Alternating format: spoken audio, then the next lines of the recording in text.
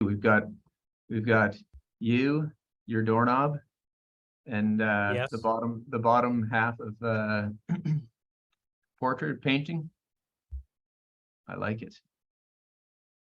It's the great Christopher Hitchens. Oh yeah, one of the just superb debaters of a generation. The best ever. Yeah. He's just one of my favorite writers. So my Oh mom for my yes. birthday bought me a signed Christopher Hitchens book, The Triangulation of Bill Clinton. And Wow. so and then she was so unhappy when she found out who he was. Atheist, socialist, polemicist, Yeah. that she bought me a book from Dinesh D'Souza about Jesus. So Yeah. she's like, I had to buy that to balance out what I bought you before. And I'm like, well, it doesn't come close to the autographed No. Hitchens. Dinesh D'Souza, I think, also is a great debater in his own right, but they're in different weight classes. Oh yeah. Uh, I mean, I wouldn't fancy a toe-to-toe tangle with either of them on my own like safe turf. Um, Yeah. but Hitchens had that amazing command with the language, as well as just like a deep self-confidence in what he thought and believed, so that when he speaks, his brother Peter Hitchens also has the benefit of this like amazing baritone. But they just feel like they're speaking from the soles of their feet But when they Hitchens is address. so well read. Like Yeah. he's read everything and he can weave all of it together. And just he's got so many lines that he can pull from. Yeah, Yeah. he's just on the other wall is Nassim Nicholas Taleb. Also superb thinker. Yeah. Um, I would say for you didn't ask me for my opinion, but I'll give it to you anyway. He is a greater popularizer of ideas that are poorly understood or not known, Oh yeah.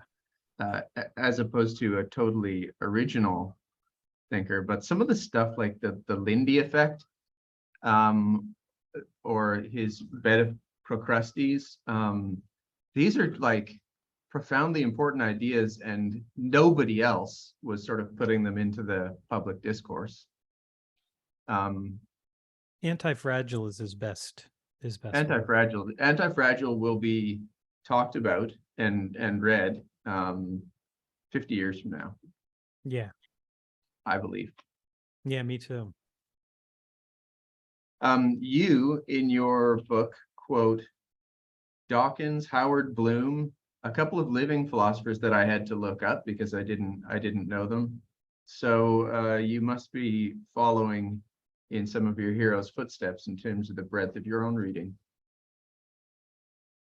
It's like you pull a string, right? You just pull on a string and then the string just keeps coming out and then you're like, "Oh, so that takes me over here." And then you pull again and you're just on the way. So I read very widely, Mhm. and I always have. I'm writing the sixth book right now. Well, that's And good because you haven't really produced much lately, Anthony. I get bored in between books and I write books. That's what happens. I write one and they're like, "Well, Fantastic. we'll have it out in like 6 months." And I'm like, "I'll write another book. I can do that. If we give me that much time, I'll get something else written." But I do read very widely. And I did, like, when I was in college, and I was political science major. I was reading Hitchens, who's a socialist, and it's fun to watch him back on firing line with Bill Buckley when he was a kid. Like he's early 20s maybe, Hmm. and he's still as confident as ever, but wasn't quite there yet. But it's still good, interesting to see that. And I would read William F. Buckley. I would read everybody, like just I would read everything and everyone. So uh, I would be able to argue both sides of just about anything because I'd been reading it. And it was an interesting experience in college because I had professors who would start criticizing books that I had read and they hadn't. And so I would have to say, like, that's not what the book says. I said, "Did you read it?" No, I didn't read it. I just read the New York Times review. And I'm like, no, you have to actually read the book. If Yeah. you want to know what's in the book, you got a summary. I read it and I still do that. I like to read, and it's the best hack humans have ever come up with. For $25 in 6 hours, you can get an education. I mean, Yeah. what's better than that? Well, I might counter offer just to redouble what you said, especially if you buy the classics. You can go down to a used bookstore and buy Francis Bacon's essays for probably under $2, Yeah. even if you're an extortionate bookseller. Um, and you won't find somebody with better ways of sequencing and crafting ideas. I mean, there's no app or writing instruction guide that's going to beat his essays. I've got all of those books that you're talking about in leather on the final shelves here. And Ah, right. Yeah. yeah, so Is that like the Great Books series, or did you pick them up one at a time and then get them bound? How did you no, get this? no, I bought them from Easton when I was young. And I thought when I was a kid, we were really poor and I would have to go to the library to get books. And I would get like 16 books, take them all Mhm. home. And then a couple weeks later, I had to bring them back. I never wanted to give those books back. And I kept asking, like, why can't I keep these books? It's like, well, they Yeah. belong to the library. And my mom didn't have any money to give me books. And I knew at some point, like, when I have enough money, I'm going to buy books and I'm going to keep all the books. I'm not going to give them back. So I'm surrounded by books. I have maybe 2,000 in my house, Mhm. probably more than that now. And I've got a loft downtown that we use for the studio. And I was just looking around today thinking, I could put a lot more books down here too if I wanted to. Yeah. I still have a Yeah. place to put them. I think for myself personally, and then for teams that I've led in the past too, having the books physically there, so the spines, their color, the usually the title and a bit of the subtitle and the author sit there and greet you. Um, I think that does something. It gives you a little nudge or a kick. It's almost as if you're literally surrounded by the ideas, and Yeah. it kind of humbles you sometimes, where you think, "Whew." And then also just feels like, hey, I've got a retinue of good, serious, wonderful people and their ideas around me. Yeah. So there's And something I about mean, the way that you have them there. They just, as you're speaking to me, there's a wall of geniuses, just reminding you they're there. yeah. Oh, yeah. I mean, I was just listening to the Flywheel uh, on audio, Jim Collins. So the concept I think is in Good to Great. But that Flywheel, like he did just a little monograph of it, so it's a short audio book, but it's incredible. Like, and he did a lot of research to figure all these things out. He's a good thinker. Mhm. And I was listening to that, and then I came back and I remember, like, I have the actual tiny monograph. It's just a little red pamphlet with an incredibly powerful idea in it. And Wow. you want those because the idea about being one up is you've got to start by being one down. I mean, you have to recognize you're mostly ignorant of everything that's known, minus a few things like heavy metal bands from the 80s. I'm good there. Mhm. Early 70 rock bands, uh, a number of things that aren't all that useful. and then, a little bit about sales and a little bit about leadership, and that's about it. So you have to surround yourself with people that have already done the work, because you're going Yeah, to be the recipient of that work. All you have to do is open the book and read it. yeah, yeah. Greatest hack ever. Let me see if I can throw out, what is it? It's a gauntlet. Mike Jeffrey gives your forward, Yes. and he specifically references, quote, his cerebral style, um, which I think is true. The other thing is in my case, Anthony, I listened to your book and you narrated yourself, Hmm. which is something I kind of want to maybe pick up later and just see what happens for you when you read your own book for something like Audible. Um, so his cerebral style reference and some of those other references you drew on Dawkins, Howard Bloom, and some philosophers and so on. Then at the end of the book, so that's at the start. At the end, this is your passage. One way to steward the future is by building the next generation of what good leadership and good sales management looks like and feels like. I thought, as I was sort of contemplating this title, that to me was sort of the way, maybe the place to launch in. And then I'm going to grab one further thing. So there's one from the start, one from the end.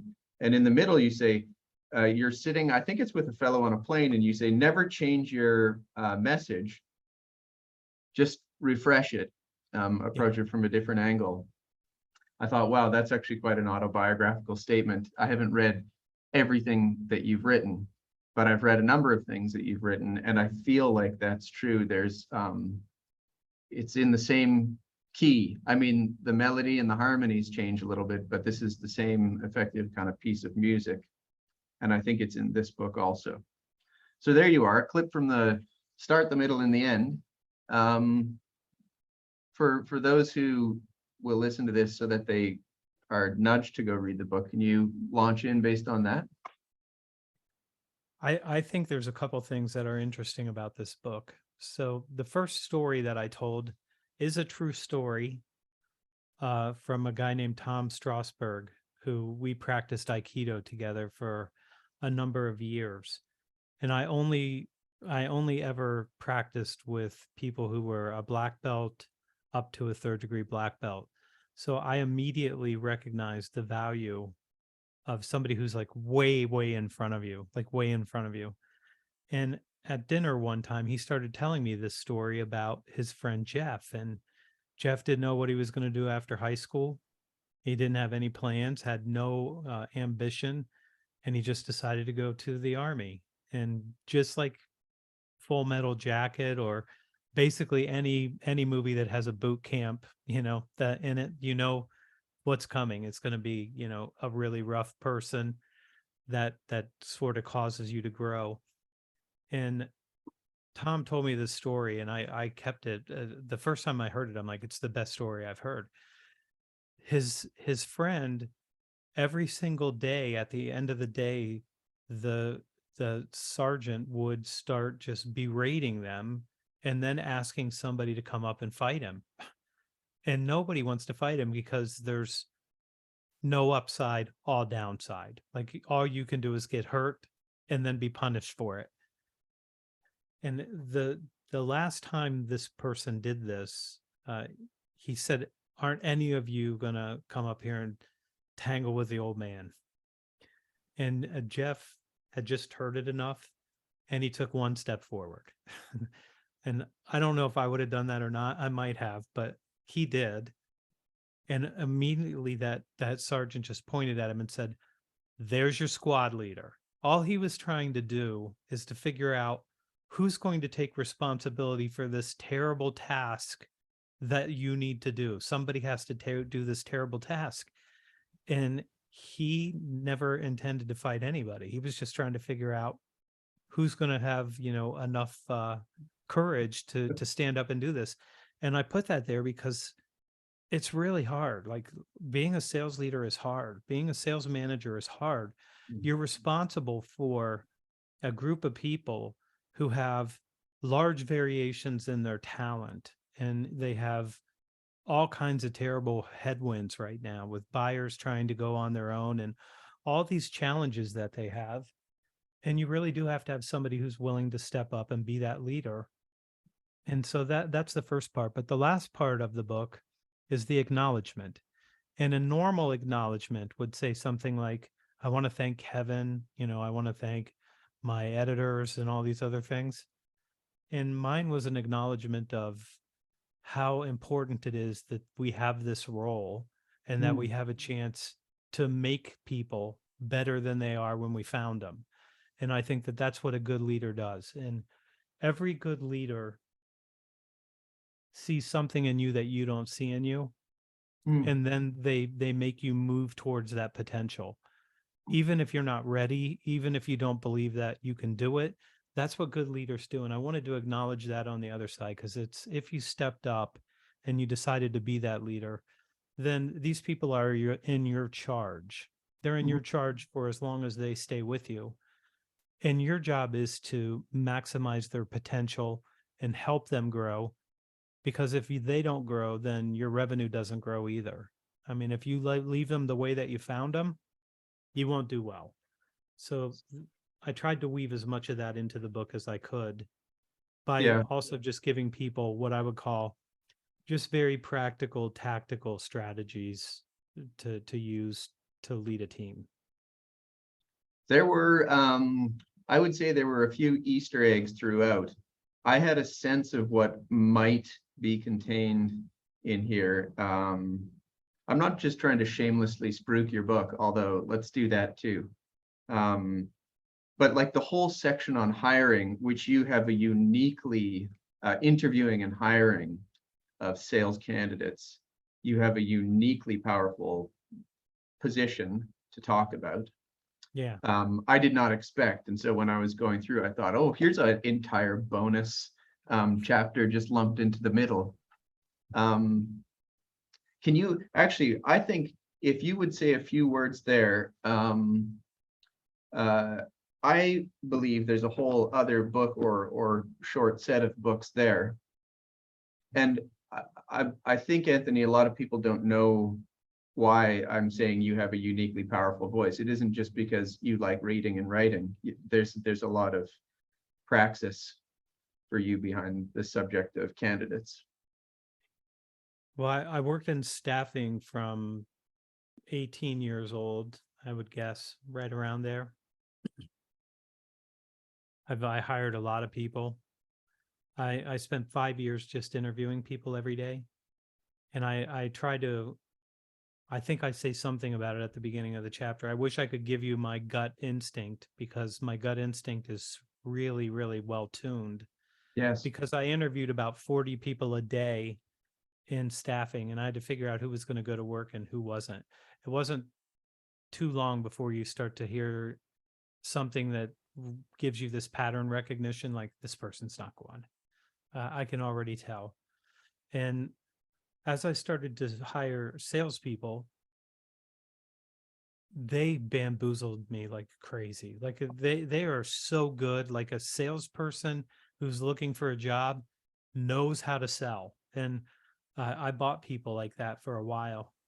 And then I realized I don't like to work with people who don't have certain character traits.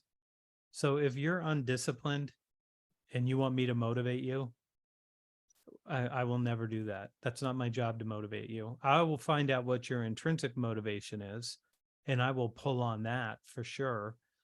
But if you're not disciplined, like if you can't get out of bed in the morning without hitting the snooze button 3 times, I ain't got no use for you. Like if Mm. I need somebody who's a grown up and the alarm goes off and your feet touch the ground and you either work out or you eat breakfast, or if you're me, you write for the first hour of the day, maybe an hour and a half, when Mhm. it's quiet and nobody wants your time. If you have a bad attitude, I'm not fixing that. I'll find somebody who's got a better attitude. And then one of the things that I started to do was asking people why did you send me your resume? And like, well, because I was applying for a job. I'm like, what do you think the job is? You pick up the phone and you call people and you ask them for a meeting. Why didn't you pick up the phone and call me and ask for a meeting? And that's when people start to realize this is not going to be a regular interview because I want to know, Yes. like why you could get an interview with a VP in any company in America by calling and saying, hey, Kevin, you know how you have that CRM that you spend all that money on? You've got all those contacts that nobody will pick up and call. If you like me after we have a meeting, I will make those calls and I will call every record that you have in the CRM. And you're like, when do you start? Like, Yeah. you're going to do that for me? I can't say no. I've got four young people who reached out to me to say, no one's going to let me be a field salesperson. And I said, here's all you have to say. I will call every record that you have in the CRM that you put in my name. Mhm. They're like, okay. The first time I did it, though, I thought to myself after I did this, the kid sent me a note and he said, I got the job. And then I'm like, I don't know the first thing about this kid. I have no idea. Is he going to succeed? I probably put him in harm's way. About Yeah. 6 months later, he said, I did everything that you say that salespeople did. Like, I didn't pick up the phone. I tried to email. I did all these things. And then I realized I promised that I was going to make those calls. And I started picking up the phone and I started calling people. And I'm the number one salesperson. And I'm like, disaster avoided. Because it could have gone another way. I've done this 4 times. 4 times people have gotten a job, because what's a VP going to say? Like, I don't want somebody to make these calls. Impossible. Yeah. Impossible. Yeah. So I do have a lot of things that I look for. So I want you to be intrinsically motivated. I don't want you to be conflict averse. I want you to take responsibility for your wins and your losses. I want to understand, how you lost and what you learned from it if you did. So I ask a lot of questions. And I also ask, what do you need from me as a leader for you to be successful?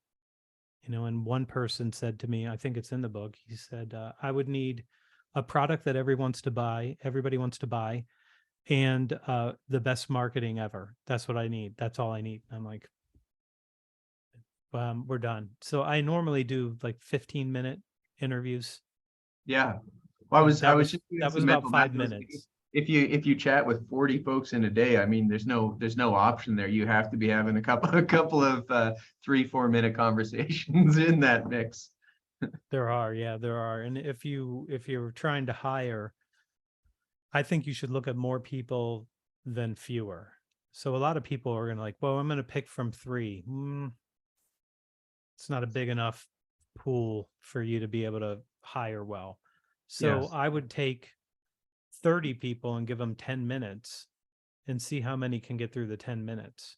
Mhm. And then if they can get through the 10 minutes, then I can maybe trust them with 45 minutes Yeah. or something like that. I do have a lot to say, What would but you I have a lot of do? experience.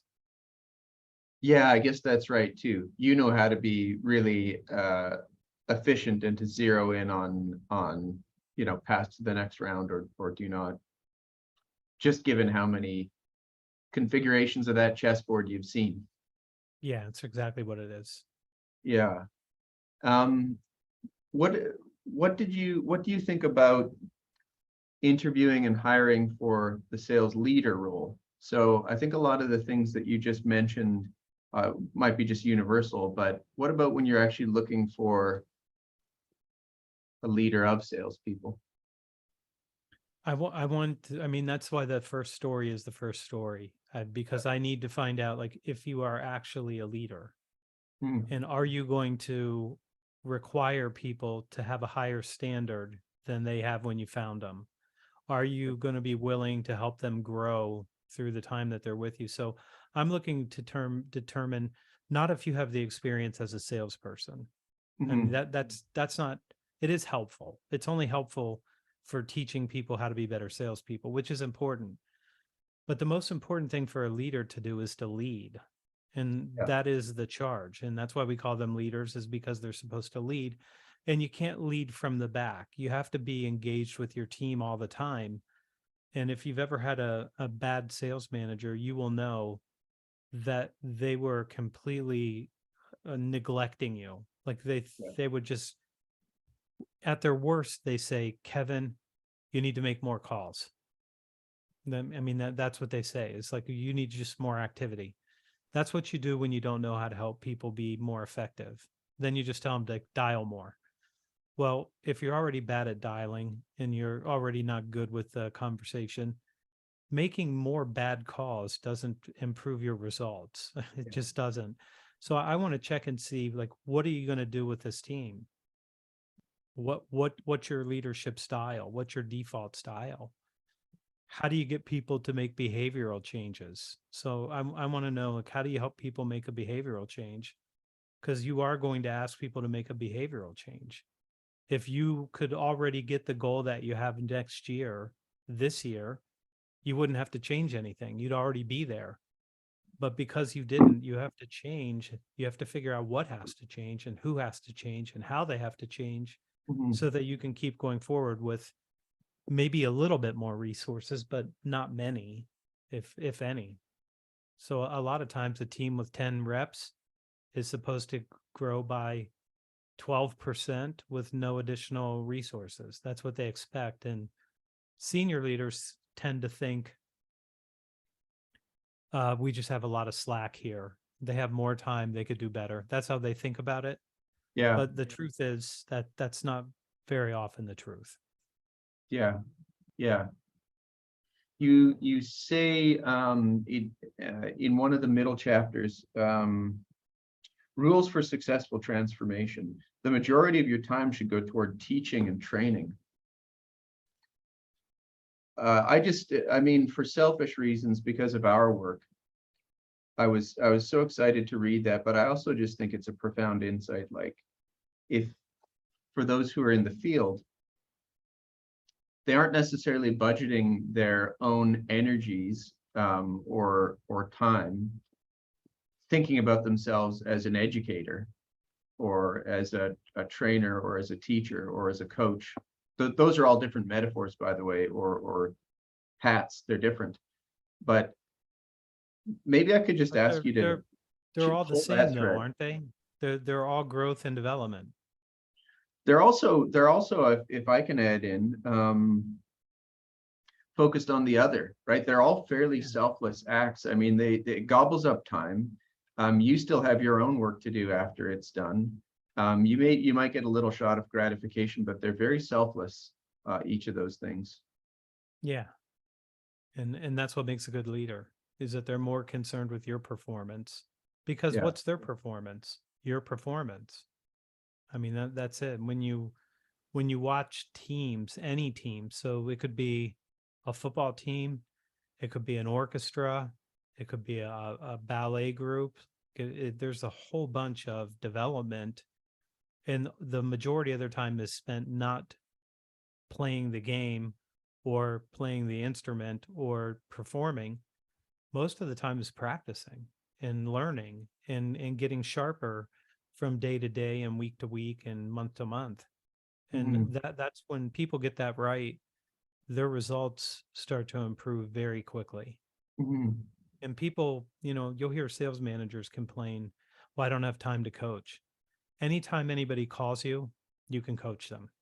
Anytime they call, anytime they walk into your office, you can always turn it around and make it a coaching conversation. But Mhm. what we tend to do is just answer their question so that we can get our time back. But that's Yeah. not selfless. That's just me being worried about having to do my work. And you're better off giving them the time, because when they grow, I already have 3 children. I have 3 dependents. I don't need more dependents. I need independence. I Yeah, need people right. who I need people who Yeah. have grown and now they're completely self-sustaining, and I'm always there to help them. That's great.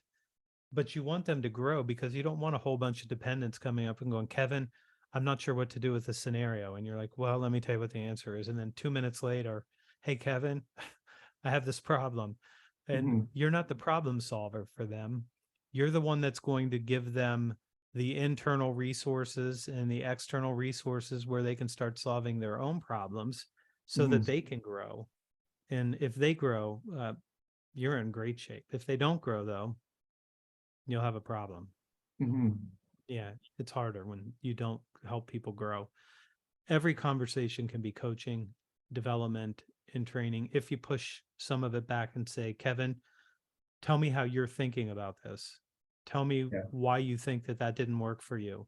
Tell me what you noticed, what was coming up for you while you were doing that, and make them go through the work.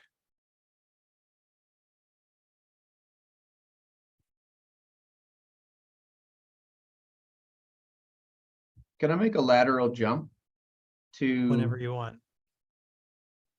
um there's a whole section, Anthony, that it almost needs to be like a wall-sized infographic because it's so poorly understood within the field of sales theory.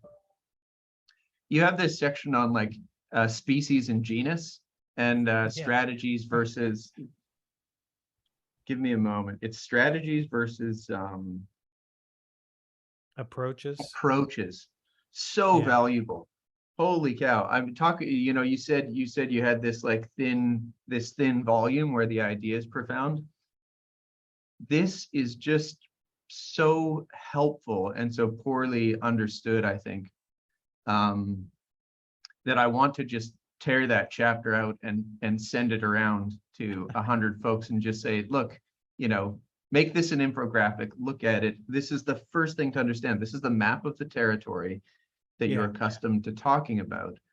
But unfortunately, at the moment, it's talked about in the most jumbled up ways. I mean, the country gets confused for the province, gets confused for the city and the state, and the boundary lines look like Venn diagrams rather than clean points of separation.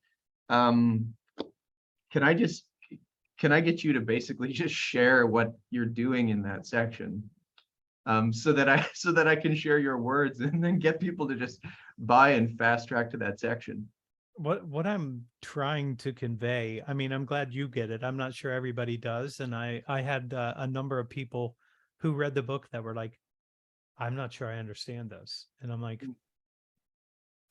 I'm cerebral. See, I got a giant scar there. So whatever brain I have left, I use it. I use whatever is left there. Uh, the genus is, the first part of it, and then there's a species underneath it. So there's big cats, there's lions, there's tigers, and so you're like big cats, and then you've got these different things. But there's so much similarity when you look at what consultative selling is. And so you've got these different varieties that are all or should all be very, very similar in a lot of ways. And what I was trying to describe is that there is this thing that we've done for a long time. And we've done it in a certain way for a very long time. I'm going to say 50 years, like in that period of time. If you go back to Mac Hannon, so you say Mac Hannon with consultative selling, 1970. Now that book's was earlier. It was earlier than that. It was like 65 or something. But the real book came out in like 70. Before that, it was sort of a self-published kind of thing. And then it went on to sell like tremendous. I think I was the last person to talk to Mac Hannon before he died. Dave Brock and I were in a conversation with him, and then I had a call with him, and then I found out from Dave a couple days later that he died. And so I might have been the last person because he was in his apartment and he wasn't found for some period of time. Great thinker. I mean, understanding like, how do I help this client be more profitable? And he was doing it with car companies. Not easy to get more money from car companies, but he did that.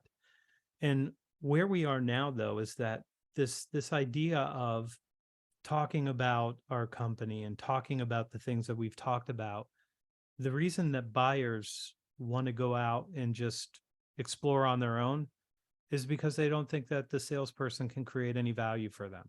Yeah. And you have to understand where we are. So there's some people who get it, and I have a lot of friends who don't get it. Like, they don't want to get it. They like the legacy stuff that they've done. You've created this content, but the world keeps turning whether you want it to or not. I mean, so it just keeps changing, and they want to go more on their own.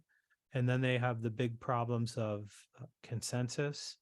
I have not yet read Matt Dixon's new book, Jolt, but I did have it delivered while I was gone, and I'm going to give that a read. But I think that I've known this for a long time, that it's uncertainty.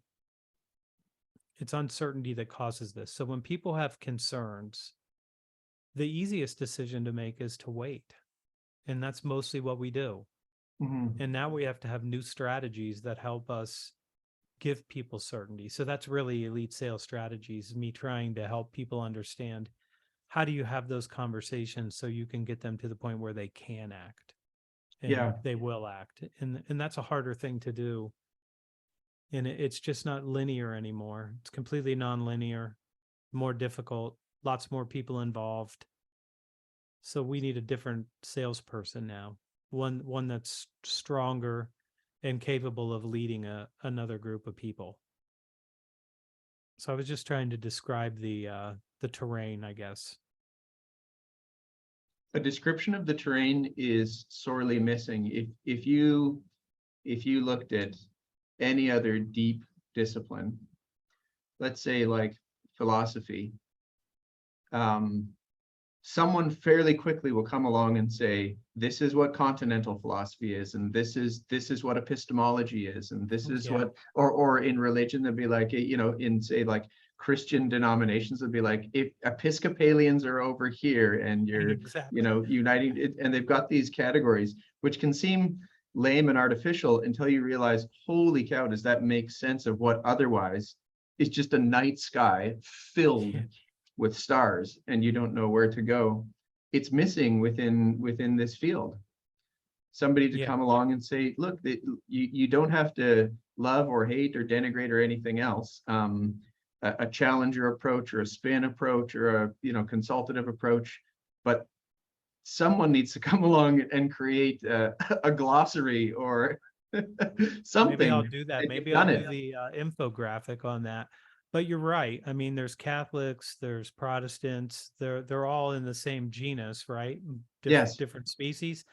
Yes. And they're much closer together than they think they are. And yes, I think the best salespeople are the ones who have read all the literature.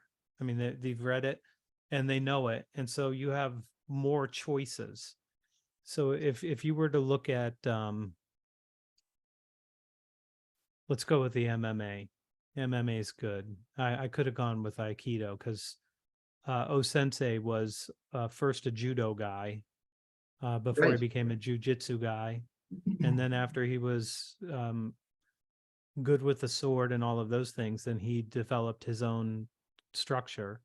And his structure was built from all the other structures. Same with Bruce Lee. Bruce Lee took everything from everyone and knows what the choices are. And that's what you really want. Like when you need to ask an implication question, thank them for doing that. So you get more things available to you as options for those conversations. So if you know that you can ask an implication question, great. So you've got that because Neil Rackham gave it to you. Yes. And then if you look at profit improvement plans, that's from Mac Hannon. Like, and you can go through a whole bunch of people that have written and documented these things. Challenger, they did great research. Yeah. And they're not challengers, like they weren't salespeople by trade. But they documented what people were doing to be successful. And basically, if you wanted to know what it is, it's the oldest possible way you could sell. And that's information disparity. I know something that you don't know that could help you get a better result. And that's what they need. Whatever the choice is, like whatever the choice is that does that for you. I mean, I don't think that you should take anything off the table. You want the most choices. So if you think about MMA, when it started UFC, if you watch the first 10, it was more like a comic book. So it's like who wins, a karate guy or a wrestler, and Yeah. that was it. It was very clean. Like there's two different arts and they're going to fight. And then by the time you get to probably like 30, now you got people who have been practicing Muay Thai, Jiu-Jitsu, boxing, and they've got Mhm. all of these weapons, and all they're doing is waiting to take advantage of an opening. And I think that's the better way to think about how do you develop a team. You show them a Mhm. whole bunch of things and explain to them the context and when it might be useful, and Mhm. then hopefully that they can keep up with that. If you make them read books and train them and teach them and coach them, then they'll start to see something that they hadn't seen before. That's mostly what I try to do, Kevin, is I try to show somebody something that was invisible to them until I show it to them. I have the sense when I read your books, and this one in particular, that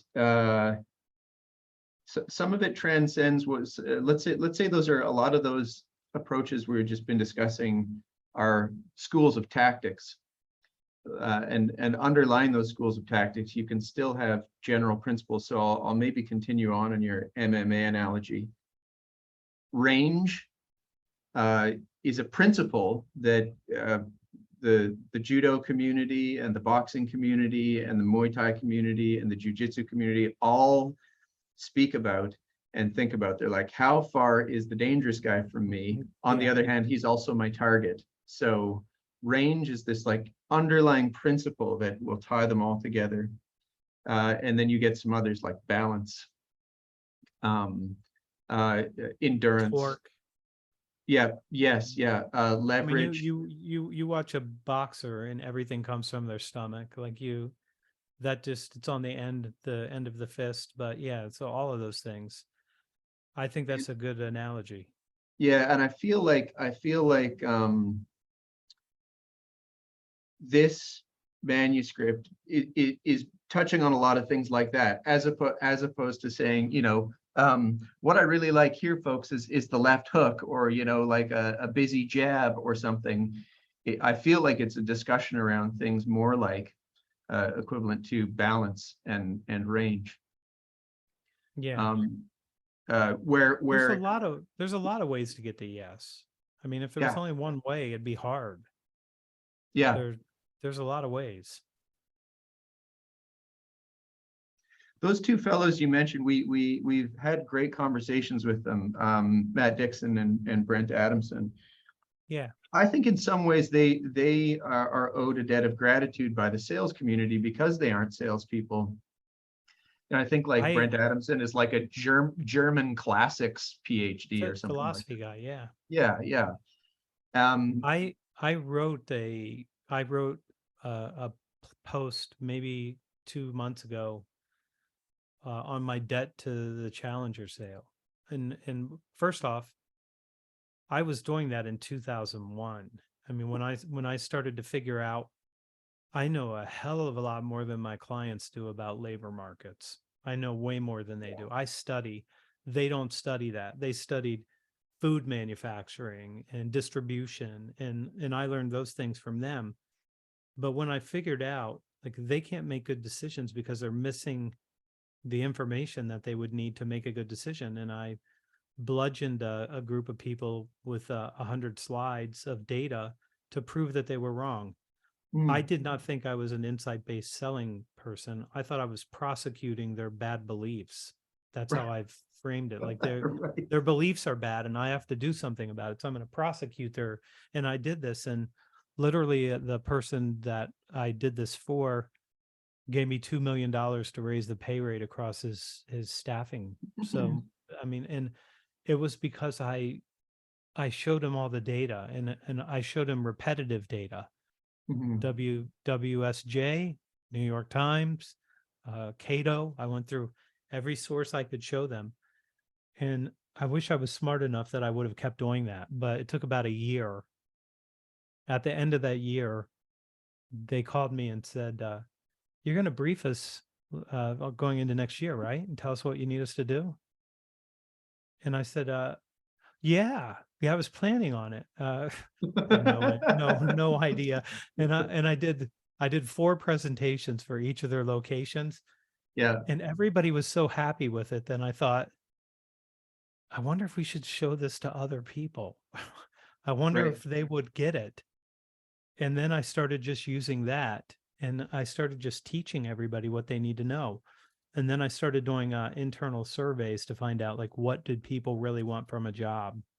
Turns out Yeah, it's pay, shift, location, not so much about culture and in that particular world, but can I get yeah, money now? And and then I started delivering it to people, and we don't, in that business, there's no proposal, there's no presentation, there's no business cards, there's just a contract. And I have 4 reps in the company that my mom started, and those 4 reps do $50 million between them.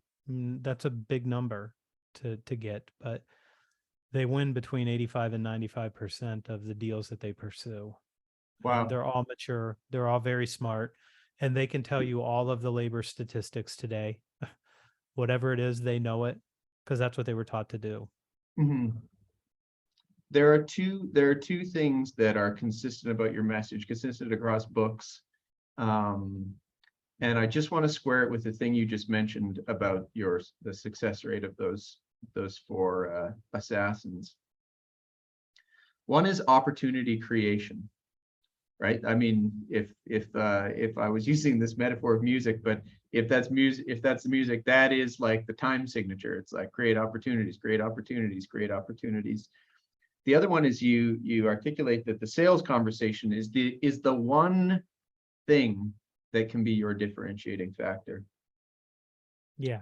So maybe just square what could be a little bit of a problem, I think, for people trying to pull this all together. How can you have very high success rate if you're constantly generating opportunities? So let's say you're a busy fellow and you generate 3 in a day. I mean, it kind of depends on your industry, right? If you're selling services writing constitutions for for countries, you're not going to generate 3 a week. But just say kind of a typical thing, you generate 1 or 2 a week. Yeah. If you have very high close rate, that just might be more than you could. That's a machine that can't work that fast. There isn't enough ability to service that much business and so forth. So can you just sort of pull that together for those That's who? that is actually what happens. I mean, you have such a high rate that you outstrip what you can deliver. And then you have to figure out, I have to get rid of some of these things on the bottom because I only have room for the top. And that's what happens. It started for me when I became a sales manager, and I was trying to figure out, came back from California. I had 2 brain surgeries. I went back into the family business. I locked myself in a room from 8 to noon and from 1 to 5. And I made cold calls out of the phone book Mm, for 8 hours a day. I would take lunch with my friends. We go to a Japanese steakhouse or something. And then I come back and I just start cranking on the phone. And I was never unhappy making cold calls. And eventually I ended up with more sales than the sales manager and 3 other reps. It took me about 6 months before I had so much business. They all walked out. I mean, mm, and I'm like the owner's son, right? So I yeah, have no idea why they're unhappy with me. I wasn't bothering anybody, but I yeah. was winning at a high rate and it caused them heartburn. And I have no idea why. I guess it didn't feel good for them. But then I took over as the leader. And the first thing I did is I thought, how do I go from 3 million to 10 million? Like, how do I do that? Average deal was $11,000. That's a lot of deals. And Yeah. I had been in LA with a great mentor, and we won very large clients. We won very large clients. So I had seen somebody win. Actually, he won the account for me, my largest account that I got the first year I was in sales, really in sales. I had a $10 million a year, 5-year deal with Randall Chicken in Los Angeles. And I wasn't big enough to close it by myself. I had a number of people show up to help get that across the line. Second largest deal in the United States for a $4 billion company called Olston. So I was with people who had big accounts and I had seen it. But now I'm at this little $3 million company. And I thought, how can you do that at $11,000? Like, I don't think you can do it. So Mhm. all I did is said, we're going to call on people that spend $1 million or more. That's it. Like if they spend $1 million or more, we're going to call on those. And then we'll work our way down. But let's start with everybody at the top. And I took that company from 3 to 7.8 the first year. It took 1 year. Mhm. And then the goal was to get to 10 million. And I did that the next year. And it was just basically by saying, we have to be good enough to go get big clients. And now remember, I had a model. So I had a guy when I was 24, he's 35. He's been in sales for a long time. Great salesperson, great branch manager, very smooth, didn't talk very much. He would say things like, "Oh, Kevin, tell me more about that."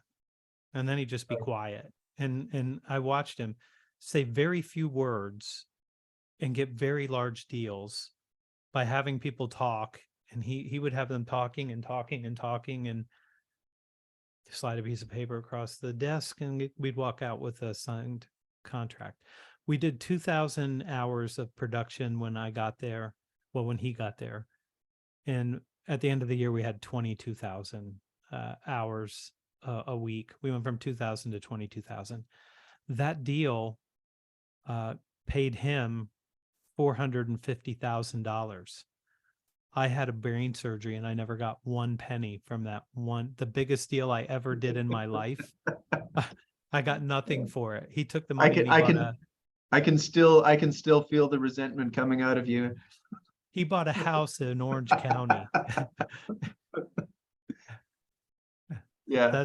That's true, but you do need a model. Like if you're a leader and you can model those behaviors and help people see them, it Mhm. gets easier for people. And if you can really give them a good approach where they are super helpful for people, then people are going to buy from them. If they're self-oriented and concerned about talking about their company, they're not scoring any points. That's that's obviously something that pertains to the quality of engagement with a team and engagement with clients, right? That Yeah. ability to listen, to teach, to coach. Um, I think also, like one of the very first things I thought, I have to ask Anthony about this is if the sales conversation is that's the one crux of this, right? That's the one place you can differentiate. A lot of that teaching and coaching really just redounds to teaching people the art of that conversation. Yes. Because you Hmm. can teach them all kinds of things, but if that really is the centerpiece, that's the place where things happen and don't, where things are won and lost. Um, that really must be the curriculum. The curriculum I, for I, th- I the think it readers of the is. book is how do you teach people to be amazing at the conversation? Yeah. I see two different kinds of companies. Sometimes I go in and there's a sales floor. And so you don't see a lot of those because everybody's now working from home because they're in territory. But if you get to see one of those, like you get to see a group of people, right, that are all on the same floor making calls, I can always tell what the culture's like if a person gets a client on the phone and then runs into a private room to have the conversation. And when I see that, I'm like, there's fear. Like there's fear of other people listening. And then you'll see other people on that sales floor. They'll get a client on the phone and they will stand up so that everybody can hear them have this conversation. And they're doing it for two reasons. One, I'm showing you that I got a client on the phone right now. And the second thing that it does for them is that they're getting to hear what good sounds like when that Yes. person stands up and does this, and they're doing a performance, and you can see that they're doing a performance. And there's those two different cultures where people are practicing the language and sharing the language, and everybody's getting notched up because they're learning how to have these conversations. Yeah. And when somebody runs into a room and they hide in that conversation, they miss out on the feedback that they would get. And the people that stand up, they're waiting for the feedback, and they will take the feedback when you go, I don't think that what you said there was nearly as powerful as you said it, but I don't think it had the same impact. What did you do? And they're like, it just came out of my mouth. Like, I don't know where that came from. It just, and they're okay, like getting the feedback. They want the feedback to say, how do I get it even to be better than it is right now? And Mhm. that's really what you want, is a place where it's safe enough that you can play, where people still role play. Their people get better way faster. And why do you have to practice on clients when you can do it in a safe environment and have a playful uh, development practice that will help you grow very fast if you do it? There are people who already figured out how to have the conversation that you want to have. Yes. So as the leader, you can start mixing that up and getting people moving in that direction a lot faster.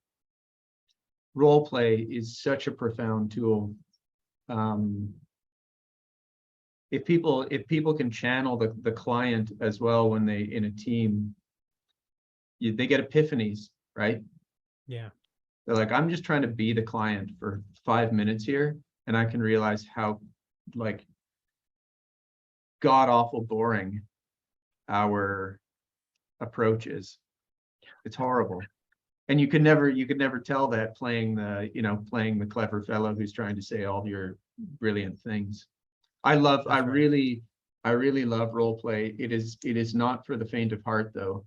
And I can share that from my world, whether it's in the sales unit or HR, the engineering team, or what have you. Um, there's a real aversion to doing role play, which by itself is sort of a useful observation. Yeah. I think people want to be comfortable. And if Mm, you're role playing, you're uncomfortable. But if you're probably going to be in sales, you'll get comfortable quick. I mean, most yes. people who are really good get comfortable with it really quick, and they don't really worry about what you think of them because you don't have a check for them anyway. But Mhm. somebody on the outside does, and they're okay. The more you see people that are comfortable with that, like judge away, I don't care, then you know that they have a strong culture. When people are having these conversations together, I mean, one of the reasons that we use the cohort approach is because it's easier to do with more people. I mean, if you have 5 smart people that are going through the same experience and trying to adopt a new strategy or a new tactic, and the language, getting them together after they've practiced for 2 weeks and then talking about what's working and what's not, they'll get better a lot faster. And I'm not interested in transferring information. I'm interested in transferring competency.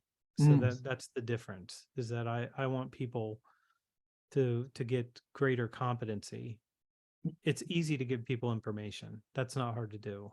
yeah, Getting them to make behavioral changes, now that's a different situation altogether. yeah. There's a strong movement within professional education or learning and development around this. That's existed for a while, but I think there's just a groundswell of people who are trying to drive everything to competency as opposed to well, a range of other things like building attitudes or which of course matter, right? Or building key knowledge. Um, Yeah, but competency really has become North Star in that world. it is for me too. It has been for a long time. I think that the more competent somebody gets for what we do, and it is a complex dynamic conversation with lots of variables, and that makes it a difficult thing for people to do. And if you give them competencies, that allow them to have that conversation, they do better. So Mhm. I spend a lot of time worrying about how do we get the behavioral change? How do you do that? What kind of exercise do they need?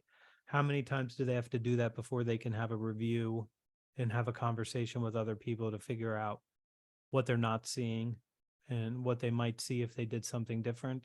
So Yeah. I care about those things a lot. It's a better way to think about it than just we're going to stand up and I'm going to talk to you for 8 hours and then you're going to be healed and you will immediately be the greatest salesperson you know. And it Yes. doesn't, it's disappointing, isn't it? Yeah, yeah. So much for the step function graph that was Exactly. they're envisioning for their personal It's just development. one step. It's just Yeah, one, like one just giant the one step, big and one. that's it. Yeah, And no practice, no behavioral change. Just, yeah. yeah, It's Neo in the Matrix, right? Just plug that yeah. thing in and he knows jujitsu. I got a spot. They could put a chip in there for me. That's right. You already have a data card slot already built there. I got one there waiting. I'm not sure I want to be plugged into the internet though. Let's orient people for how to find the book. So there it is. It's leading growth.